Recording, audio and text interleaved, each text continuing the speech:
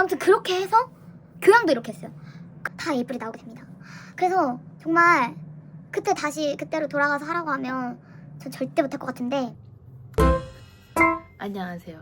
오늘은 대학교 때 꽈탑을 했던 그 약간 비법이 아닌 정말 공부했던 그냥 방법을 알려드리겠습니다. 저는 사실 비법은 없어요. 약간 속된 말로 약간 무식하게 공부를 했기 때문에 그런 방법을 말씀을 드리면, 건축학과를 나오신 분들 알겠지만 그 양도 사실 엄청 방대하고 많은데 저희는 이제 설계를 해야 되잖아요. 그거를 항상 교수님께 가져가면 빠꾸, 가져가면 빠꾸, 밤샜는데 빠꾸, 이렇게 계속 뭔가를 이렇게 모형을 만들고 뭔가 컨셉을 잡아가고 이렇게 해도 한 10번 빠꾸 당하면 조금 빠꾸 당한 거예요. 그러니까 계속 다시 해와, 아니야 이거 다시 해와, 이건 아니야 다시 해와, 그거 이유 맞지 않아 다시 해와, 이렇게 해야 되는 약간 그런 정말 엄청난 꽈랍니다. 그럼에도 정말 하나님이 지혜를 주신 거죠. 저는 하나님이 지혜를 주셨다고 생각하는데, 어떻게 그렇게 꽈탑을 했냐. 일단 제일 중요한 거 출석. 그리고 저는 항상 맨 앞에 앉았습니다. 그래서 정말 필기를 교수님 농담하시는 것까지 다 적었어요. 하고, 그러니까 대충이라도 다 적고 바로 복습을 했어요. 바로, 그러니까 막 대충 적었으니까 예쁘게 다시 이제 정리를 하고, 어떤 선배들의 족보도 받지 않았습니다. 사실 이게 족보가 있잖아요, 대학교에는. 근데 또 그 와중에 정직하게 하고 싶다고 족보를 받지 않고 그거를 그 다 정리를 하고, 시험 기간이 되면 이제 그 내용을 이제 일단 외워야 되니까. 근데 제가 암기로 너무 부족해가지고 어떻게 암기를 했냐. 일단 그 시험 범위 내용을 어디 1쪽부터 100페이지까지 하면 교수님이 낼 것 같은, 아니면 이건 진짜 중요하다라고 스스로 생각하는 그런 문제들 있잖아요. 근데 대학교는 거의 다 서술형이다 보니까 이걸 서술형으로 다 적어야 되잖아요. 그래서 그거를 저는 그때 빈 강의실을 많이 썼는데, 빈 강의실에 혼자 들어가서 문제를 제가 냈어요. 그래서 문제를 다 내고 그 답을, 완벽한 답을 다 달아요. 그래서 막 예를 들면 20문제가 나와. 그럼 한 50문제를 만들어서 그렇게 제가 질문을 쓰고 그 질문에 답을 달고, 그걸 달달달달달달 외웠어요. 그거를 정말 툭 치면 바로 나오게. 그러니까 입으로도 얘기하고 쓰면서도 깜지처럼도 쓰고 보고 듣고, 그러니까 이해를 먼저 해야겠죠? 아무튼 그런 식으로 모든 과목을 다 했어요. 그러고 나서 이제 사실 절대적인 시간이 부족해요. 왜냐면 교수님이 그런 설계 스튜디오 그 3학점이지만 그게 꽈락되고 그게 패스가 안 되면 안 되니까.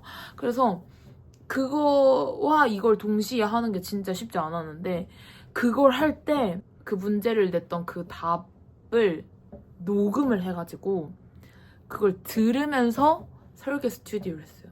그래서 계속 들으면서 하고, 이거는 절대 따라하지 마세요 방법이긴 한데, 그래도 젊을 때 안 하면 언제 해.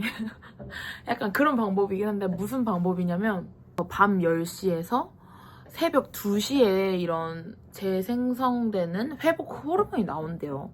그래서 그 호르몬을 받으면, 그러니까 다시 리프레시 되면서 공부를 해야겠다 했는데, 저는 4시간 잘 시간도 없어서 11시부터 1시까지, 그러니까 2시간 자고 나머지를 다 공부를 했어요.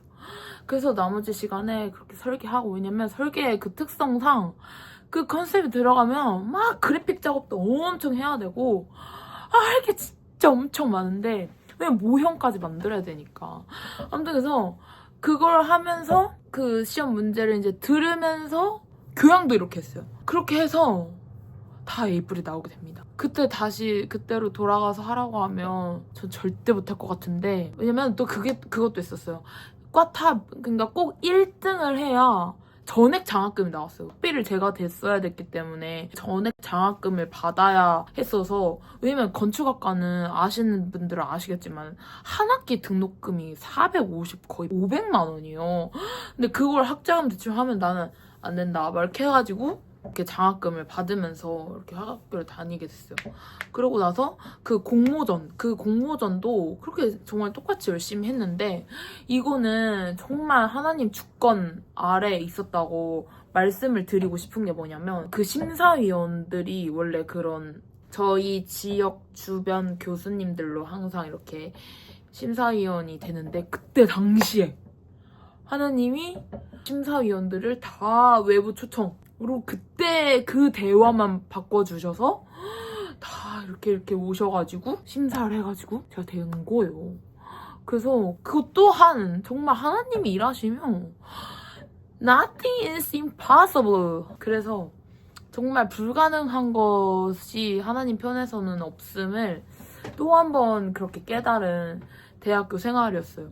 그래서 이게 어떻게 보면 요즘 뭐 챗GPT도 있고 교수님 말씀해주신 대로 막 타자 쳐주는 뭔가 이런 음성 인식 뭐 노트 앱도 있다고 들었어요. 근데 그러니까 그거 완벽하고 그거를 통해서 또 놓친 부분 더 공부하고 좋아요. 근데 저는 이렇게 생각합니다. 그때 강의 시간에 그거를 잘 기억하는 게 하나님이 뇌를 그렇게 만드셨거든요.